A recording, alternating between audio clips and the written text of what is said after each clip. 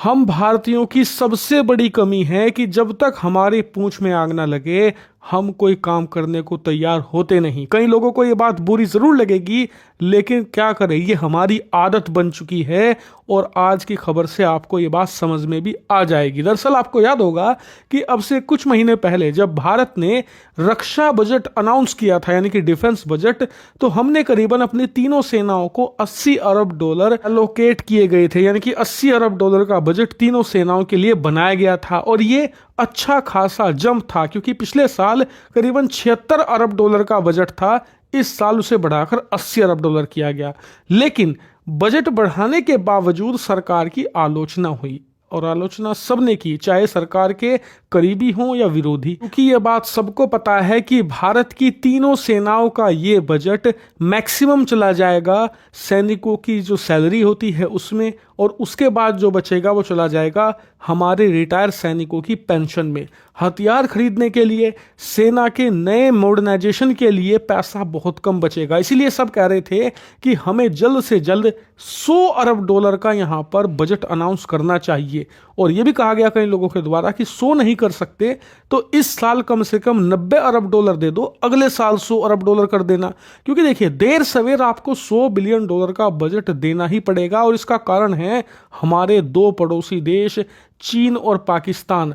और इतना ही नहीं, 100 अरब डॉलर का बजट इसलिए भी महत्वपूर्ण है क्योंकि चीन पाकिस्तान तो थे ही, साथ ही अब सिलीगुड़ी कॉरिडोर के पास बसा देश बांग्लादेश भी हमारे लिए संकट बन चुका है।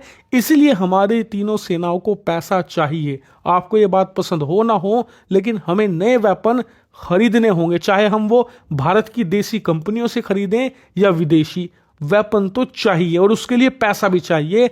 80 बिलियन डॉलर का जो बजट है वो इनफ नहीं है। ये बात अब सरकार को भी समझ में आ चुकी है। इसीलिए आप स्क्रीन पर देख सकते हैं, खबरें आ रही हैं कि सरकार जल्द ही करीबन 6 अरब डॉलर का इमरजेंसी फंड जारी कर सकती है सेनाओं के लिए, यानी कि जो 80 अरब डॉलर का बजट था उसे बढ़ाकर करीबन 86 अरब डॉलर तक ले जाएगी सरकार। और इस साल ही ये 6 अरब डॉलर एडिशनल दिए जाएंगे, जिससे कि सरकार नए वेपन दे सके तीनों सेनाओं को। और जो भारत के 3 मोर्चों पर खतरा है, एक तरफ चीन, दूसरी तरफ पाकिस्तान और तीसरी तरफ बांग्लादेश, इन तीनों से निपटा जा सके। और यकीन मानिए, जैसी फिलहाल स्थिति है भारत के बॉर्डर्स की, उसे देखकर लग रहा है कि कुछ महीनों के बाद, यानी कि फरवरी 2026 के अंदर बजट अनाउंस किया जाएगा और उसमें फिर डिफेंस बजट एलोकेशन होगी, तो वहां पर आपको तीनों सेनाओं के लिए 100 अरब डॉलर का आंकड़ा दिख सकता है।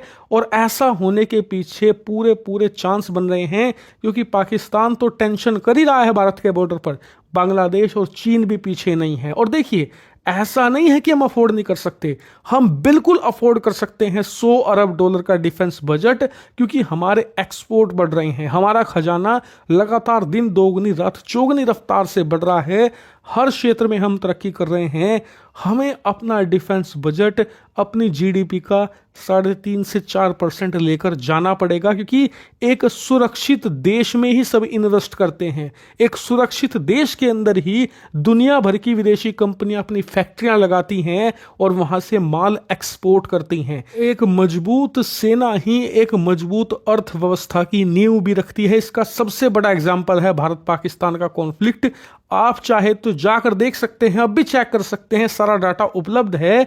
जब भारत पाकिस्तान के ड्रोन मारकर गिरा रहा था, हमारा एयर डिफेंस सिस्टम कमाल दिखा रहा था, तो हमारा शेयर बाजार बढ़ रहा था, क्योंकि इससे निवेशकों में भरोसा आ गया कि भारत का डिफेंस सिस्टम इस काबिल है कि हर खतरे से निपट सकता है। इसलिए भारतीय अर्थव्यवस्था इस सिक्योर माहौल में थ्राइव करेगी आने वाले समय में। इसलिए हमारा शेयर मार्केट बढ़ा, इसीलिए दुनिया भर के निवेशकों का भारत पर भरोसा बढ़ा। और वहीं पाकिस्तान, जो भारत के ड्रोन हमले झेल रहा था लगातार, उसका शेयर मार्केट जमीन के अंदर पाताल लोक में जा रहा था। और इसीलिए भारत लगातार ये डिफेंस बजट बढ़ाए। 6 बिलियन डॉलर जो अतिरिक्त दिए गए हैं, ये भी इनफ नहीं है मेरे हिसाब से। इसे भी कम से कम 10 बिलियन डॉलर तो होना ही चाहिए था, लेकिन कोई बात नहीं। उम्मीद अब यह होनी चाहिए सबको कि आने वाले डिफेंस बजट में 100 अरब डॉलर का मार्क हम पार करें।